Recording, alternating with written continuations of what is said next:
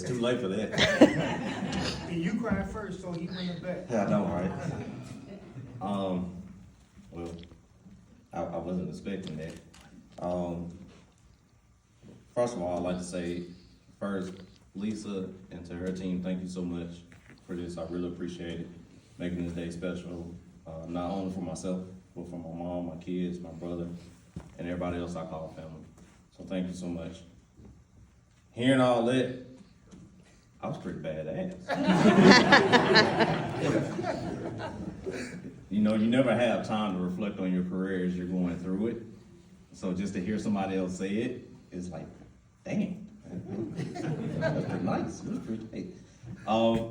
But through all of that, through those tours, I would tell you I had a praying family. And a family that believed in God, my mom, all my aunts, and that's what kept me going through those tours. And I would tell you, Derek, I was voluntold for that civil affairs group. I did not ask to go to that. That's not the story I got. And I will also tell you that when I got there, you know, I had a gun hold major who was a reservist nonetheless, and he wanted to do night ops and all of this. And I'm like, this is crazy. I didn't sign up for this. I'm supposed to be in a chow hall cooking somewhere. What is this?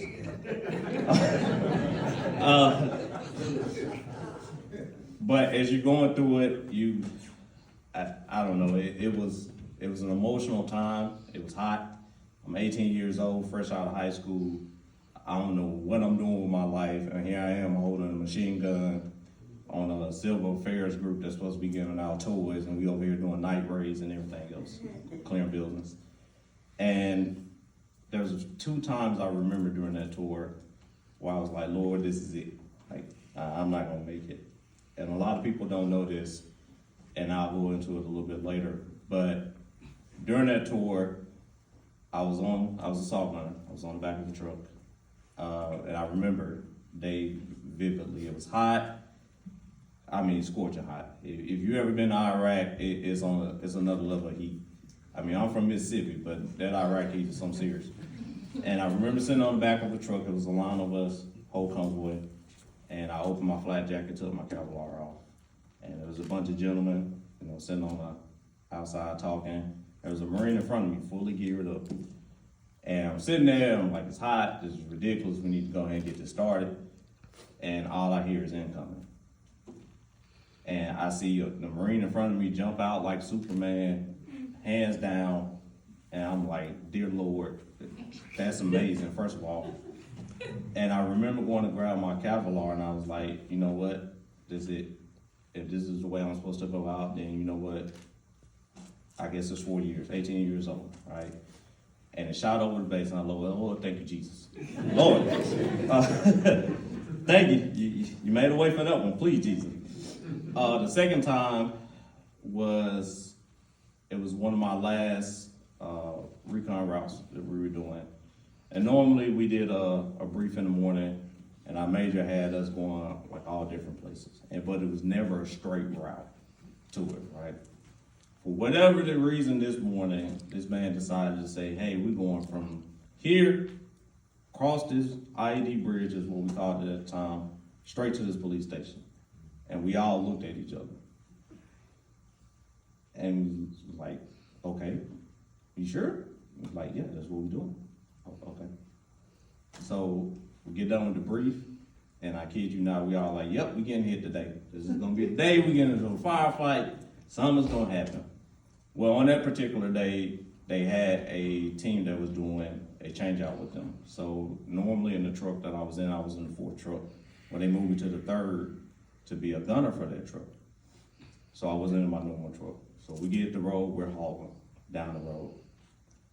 Again, it's hot, you're on the back of this truck with some up armor that probably ain't about to protect nothing, but you're like, Lord, I'm sitting on a box, by the way, holding security. There is nothing other than a box in the back of there. And riding down the road, and we passed by IED bridge, and next thing you know is boom, dust in the air, truck stops, and the other major was in the truck with me, and he was like, what happened? I was like, I don't know, sir. I think everybody in truck 4 dead, though. So I didn't know because they disappeared.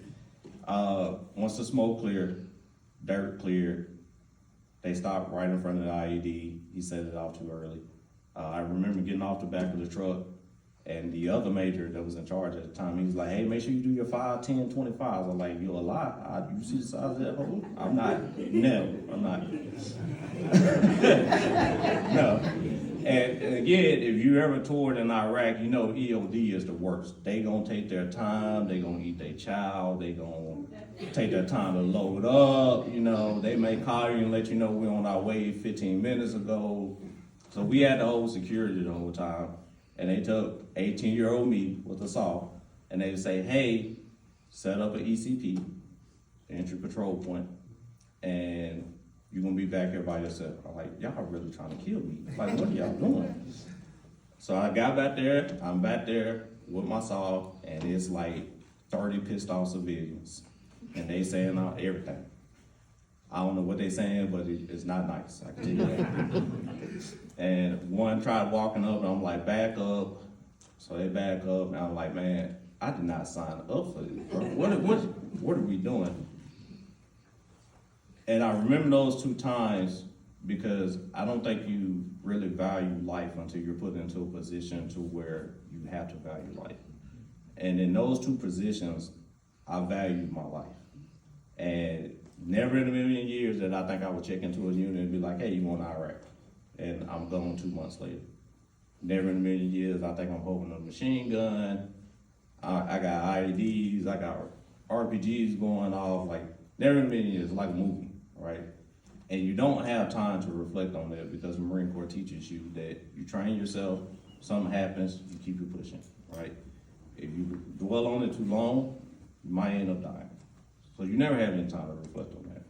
And you come back and you're like, oh, made it through, I'm good. And then you're like, hey, you're going back again. Why? We just went through this. Why are we going through this again?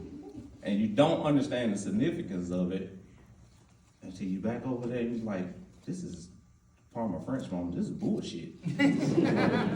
Like, gosh, I gotta turn on water to rinse myself. And it's horrible. It's a horrible thing. But then you think about like, well, first of all, I'm only an E3, E4 maybe, which I was at the time. And then you say, well, I gotta follow orders. And you just kind of keep it pushing. And mentally, that's what I've done a lot of my career, is I just kept it pushing. There's been sacrifices that had to be made, obviously. I would not take it back for anything in the world. I'm glad I made the decision to, one, leave home, because as my brother could tell you, there is nothing there in Columbus, Mississippi. It is the black hole. You have a child, you stuff. I love my city, but Kamal can tell you, my cousin Chris there, we can tell you. Don't shake your head, mama. I know you've been there for years. But yes, but I do love my city, but I am glad that I got that opportunity to see the world and see the world for more than just black and white. And I got a chance to experience a lot of great things. Some things I question myself, you know, why I did, security forces being one of them. Going to the schoolhouse was another.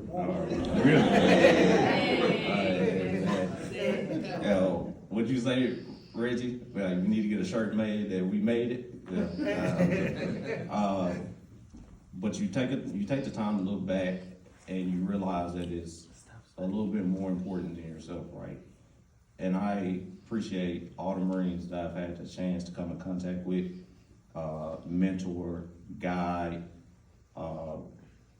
even if it was just about life. And I think as you get older in the Marine Corps, that's what it's about at that point. It's not about putting on another rank. It's not about what you got on your chest or anything like that. It's about the people that you are in charge of every single day and how you treat those people, and you treat those people like family.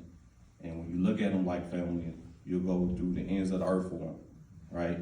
You may cuss them out. You may tell them, hey, I don't know why you did this was stupid. You gotta be smarter than this. But at the end of the day, you'll go stand in front of officers like Major Oliver or a general and say, you know what? I know he or she fucked up, but I put my rank on the line to say that that won't happen again, right? And I've done that quite a few times in my career. Some Marines didn't make it, you know, I did, sorry for them, but some Marines did, and I was super grateful for that. It's crazy, 22 years, I was in 22 years. I didn't believe it either. Me either.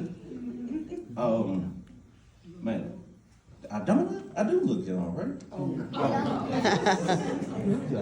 Mama, you blessed me with good genes, thank you. 22 years, I would have loved to stay in. I'm lying. I would not have loved to stay in. I want to say, we offered you a chance to change it. You gonna miss it when it's gone. Yeah, I am. But before I start thanking everybody, I want to give y'all a small insight of what the Marine Corps or the military don't tell you in general. And what I mean by that is the Marine Corps doesn't explain to you or give you that fine print that you're going to sacrifice. You're going to lose a lot. I've lost my grandmother. I've lost two of my aunts. I've lost a cousin. I lost my best friend just last year. I've lost a lot, and I've sacrificed a lot. And it's moments, it hurts, but then you look at my kids, the people that support me, and you're like, you know what, I just gotta keep on pushing a little bit. I've had the pleasure of meeting Marines like Gunny Coos, my boy First Sergeant Johnson, Reginald Williams, Abiel Smith, Aurelio Larapente, a lot of Marines I've had a chance, and without them realizing it, they were actually pushing me more than I was pushing them. And I'm super grateful for that. Thank you for that. And whatever you saw in me as a mentor, as a leader, thank you for opening it up to me and allowing me to help you in some way, form, or fashion. I remember specifically Gunny Coos when she was a staff sergeant. I was at advanced culinary, and she was supposed to attend advanced culinary. So I talked to her, got it set up, and I remember she called me. I was doing homework, and she's like, "Hey, Gunny Sergeant, I just lost one of my Marines. I'm not gonna be able to go to advanced culinary." And she cried on the phone instantly. And you know, I go back to what I've lost, right? I've lost 2 Marines to suicide, and that hurt. And to hear that, at that point, you know, again, pardon my French, mama, fuck the rank. I wanted to be there for her as a friend, and I was able to do that. And we've been tight ever since. Johnson I've known for years. Ashley put him through intermediate cooking. That boy struggled. That was some struggle. Man, but the day we both got selected, you got selected for first sergeant, I got selected for master sergeant, we hit each other up. And that's a great feeling, especially when you have people in your tight circle that grow with you. It's no better feeling. Same thing with Abiel Smith. I remember him hitting me up and he's like, "Hey man, can I talk to you for a minute?" I was like, "Smith, you drunk?" He's like, "No, I ain't drunk." Not yet, at least. And gave him a slice. Reginald Williams, you know, I've done a lot of crazy things in my career. One of them being is, you know, talking sideways to a gunner sergeant at the time. And flat out told him, like, "Hey, you need to get your shit together because we need you." And he kind of looked at me. He's not a small dude by any means, and I am. And he took it for a grain of salt, and he got it together. I also told Derek Oliver in his office, because he came in, he would always fuss at us before a meeting, and he come in pissed off from another meeting, and I walked in his office, I was like, "Hey sir, you need to start taking your shit out on this." And he looked at me, I was like, "Yep, this is it." This damn, I had to call my mom and be like, hey, yeah, I just lost my rank. And he looked at me and he was like, he's like, "Do I really do that?" I'm like, "Yes, sir, you do, and you need to stop it." And he came out and he addressed us and he was like, "You know, I pointed out that I do this," and he stopped it. I never talked sideways to Master Gunner Sergeant Steele, but he was a funny individual. I think the best memory I had of him when he literally told me, No. There's truth out there.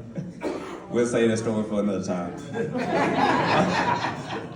But no, again, I couldn't have written the type of career I had. I couldn't have, projected the type of career I had. And I'm blessed and very fortunate to have had the career that I've had.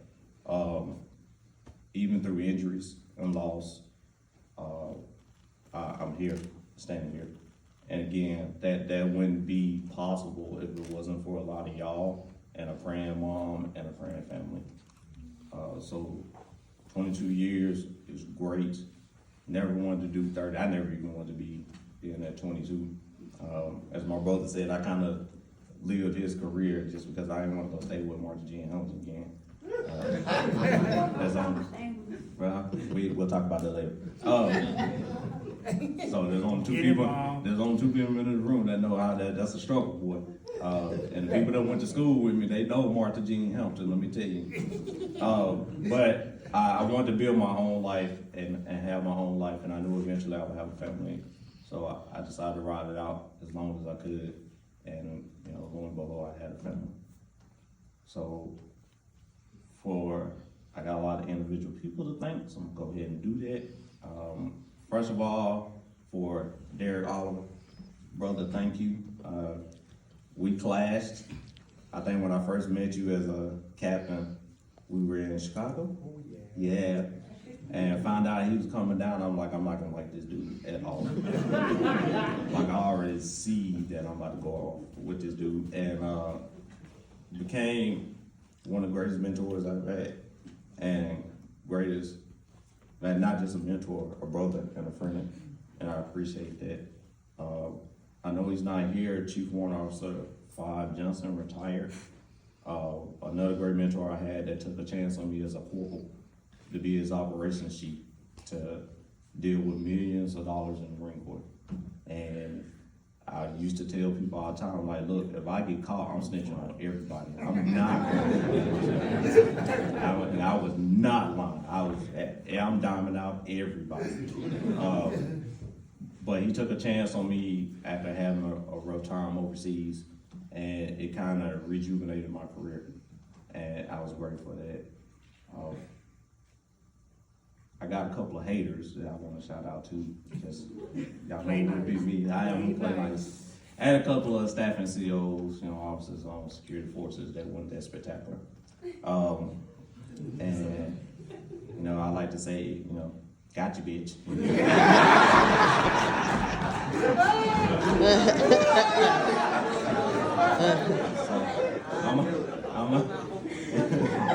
I'm gonna leave it at that.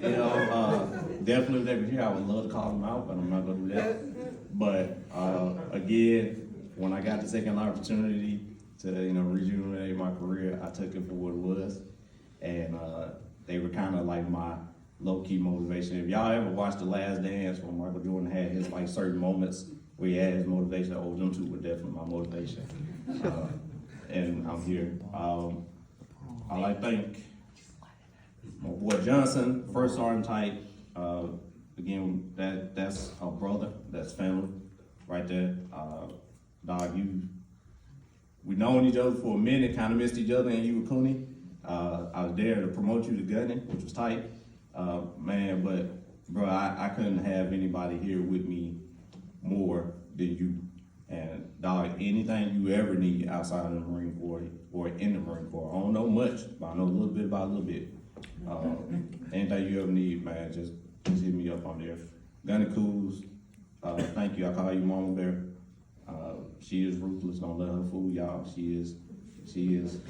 Yeah, she is something else. I've seen she never chewed me out, but I've seen her chew some people out. But she's always been super respectful. But she is definitely a great friend, and I appreciate that. To the Gunny Castro, been with me since a corporal. And 11 Marines, he went back to 11 Marines for whatever reason. And now we're on the program together. It's been wonderful to watch you grow as a gunner sergeant. I know you're gonna be a master sergeant. And I'm glad I got a chance to work with you again outside of corporal. He'll tell you I'll run them up and down the hills.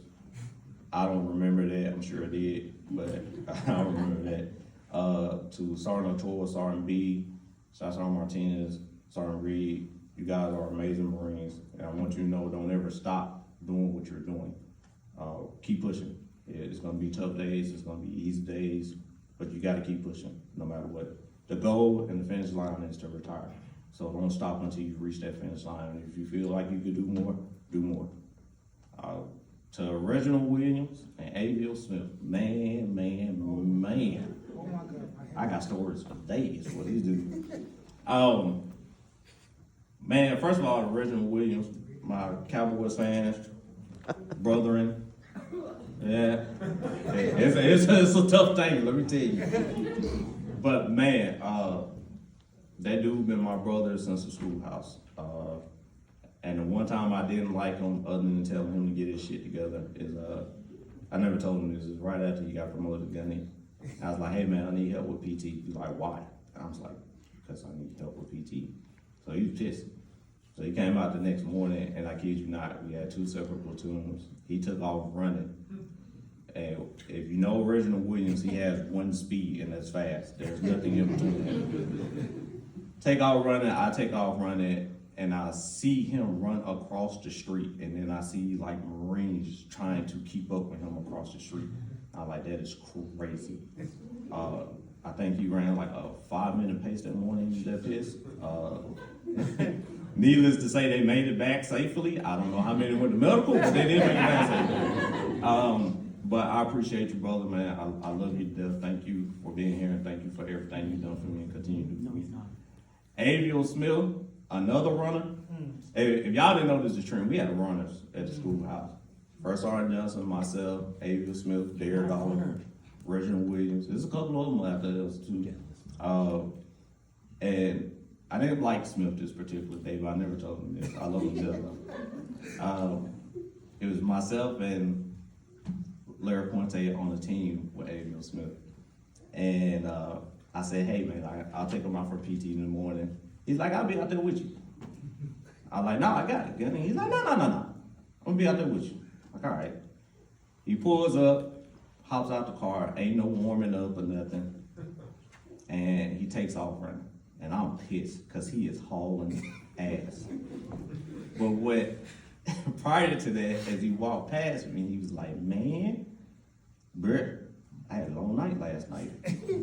I was like, well, why don't you just cancel PT? And he's like, nah, I'm here tonight, we can't do that. So he took off running. I was so pissed at him. And when we got done with that run, I was like, this will be the last time I run with you. And I mean that with the utmost respect, I'm sorry. But man, brother, I thank you for being here. I love you to death, man. I've always told, between you and Reggie, I've always admired you guys and the man that you are and how you carried yourself as Marines. And I'm glad I had the chance and the opportunity to be around you and have something to emulate. So I appreciate that. Larry Puente, this firecracker, her and Gun Koo was like twins, I swear. But that's the one person that will tell me like it is, and at the same time comfort me too. You fucked this up, but it's okay. It'll be okay. But thank you. I love you to death. Again, schoolhouse was rough, but we were able to get through it, and I appreciate that. Gosh, man, so many people. Gunny win, PLC win. He is the reason why my right shoulder got messed up. And I had to do shoulder surgery. PLCs, they don't move as fast sometimes. And, I taught PLC Win at the time, everything he knew as a sergeant, when I was a sergeant. And he decided he wanted to move slow on the 7-ton one day, and we're full gear. And I got this food container, and the big old green ones, they ain't light, right? I got this food container, and he's just taking his time. And I go off on him. Matter of fact, I think I made him dig a couple of extra holes that evening. But anyway, it's been awesome to see you grow, man. You're about to be an officer. You're gonna be a great officer. Try not to be like Derek Oliver. But man, I can't wait for you to do that in your career. It's been wonderful. Gunny Prunty, I've known her as a sergeant. I'm the one that got her on the program. I like to say that. But it's been beautiful to watch you grow too, especially now as a gunner sergeant. She hit me. Let me tell y'all this. You know, some people, when they tell you things, they don't tell you stuff. They don't give you all the information, right? So I go to her promotion, and she's like, "Hey, Matt Sergeant." No, not even. It wasn't even her. It was the major. The major's talking to her, and he's like, "Okay, who's reading the citation?" "Oh, Matt Sergeant Hamilton." "What? I didn't come here for this." And she's like, "Surprise!" Okay. God damn it. All right. Well, I ended up doing it. I appreciate it. Again, watching you grow is beautiful. Jeffrey Matthews, hey man, you've been a brother through and through, and boy, there's not a day I can't count on you, especially when it comes to that boy right there. Without hesitation, there for me all day, every day, and I appreciate that, and I love you for that, brother.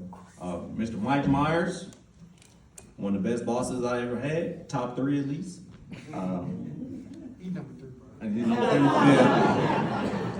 I want to say thank you for allowing me to be the deputy director. Thank you for having that confidence in me. Thank you for entrusting that in me, even though, you know, Chris Valdez just decided to jump ship and go back to the White House.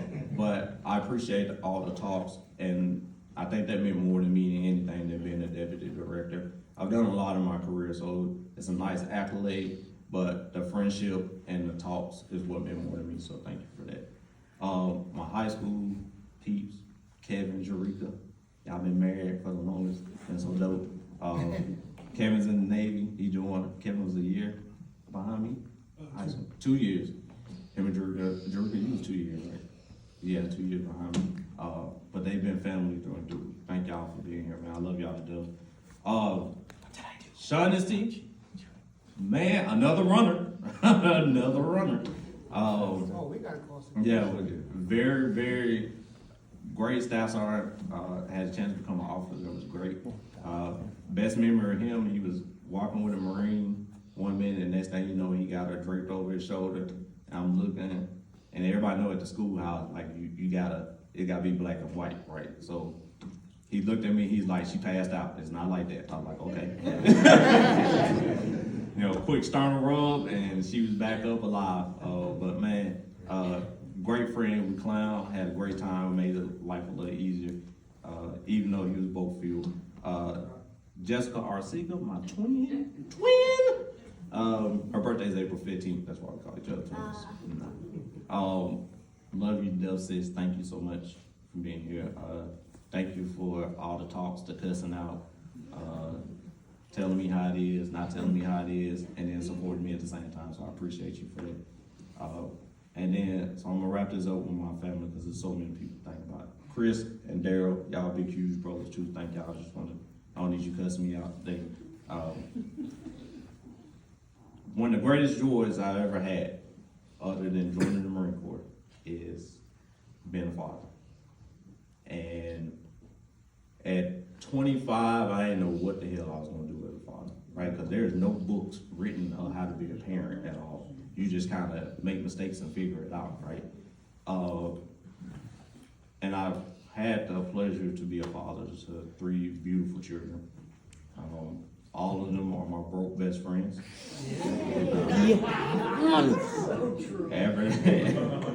Every last one of them, like they tweak that last nerve, and all parents know what I'm talking about.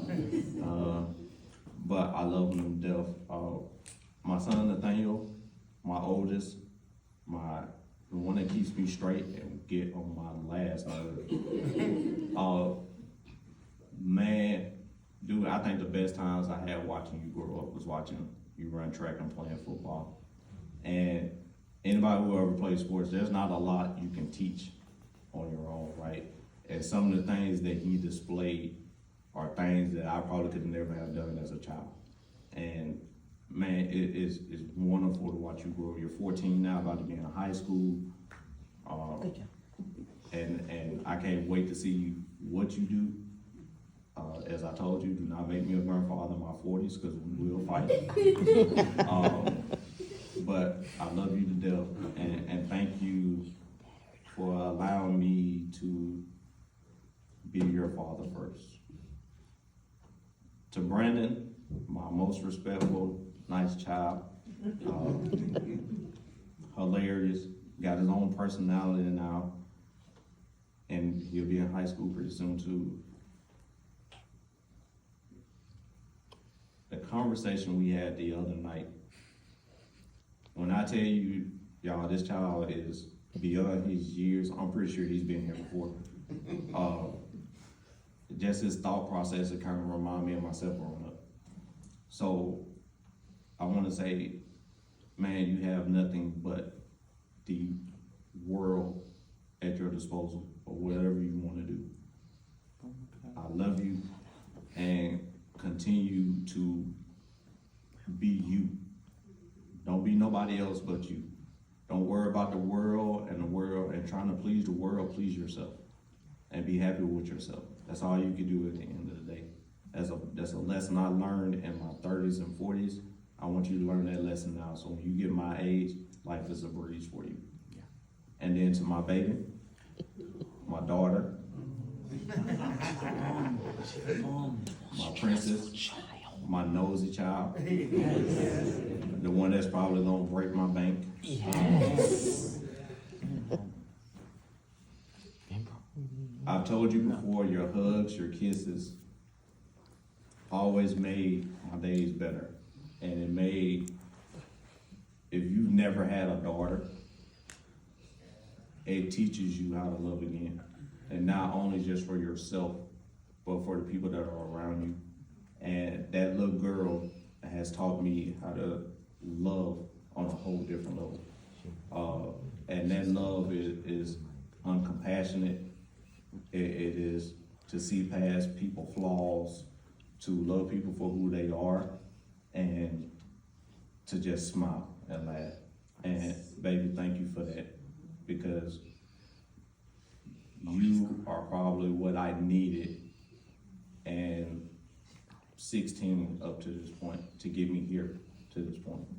And I want all three of you to know that I've done this uniform for you guys to make sure that you had a better life. I'll take the hits and the sacrifice, and I guarantee you any parent in here will tell you that, to make sure that you guys had a great life. So I hope I made you proud, and that I continue to make you proud. I know, Dad, it could be hard sometimes, but it's only because I love you. And then to my mama, Martha Jean Hamilton. Don't be looking at me like that. We don't talk about them faces.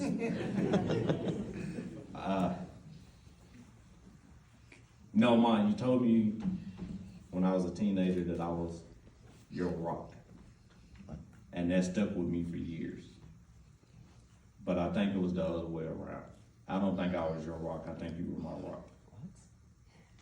And you helped me get through the Marine Corps for the last 22 years with prayers, having the family pray, asking me 31 questions that I had no answers to. But the love of a mother is unconditional, and it doesn't stop even when you become an adult. So Mama, thank you. Thank you for the prayers. Thank you for getting on my nerves. I also thank you for loving me in spite of even when I did make mistakes. I couldn't have, if you didn't do that, Lord only knows where I would be at. So with that being said, I'll wrap this up so we can get some cake and punch. So everyone, again, thank you for being here. Thank you for all the love and support the last 22 years. And just because I'm taking off a uniform doesn't mean that I cannot support you in other ways. My phone is always open. I may not answer it sometimes, but I will probably take you back. I don't need y'all doing that. I see the calls, I text, right? But I'll also tell you this, I value my sleep. So if I pass out, it's no big, I'm sorry. I'll call you at some point. So thank y'all. We'll wake you up.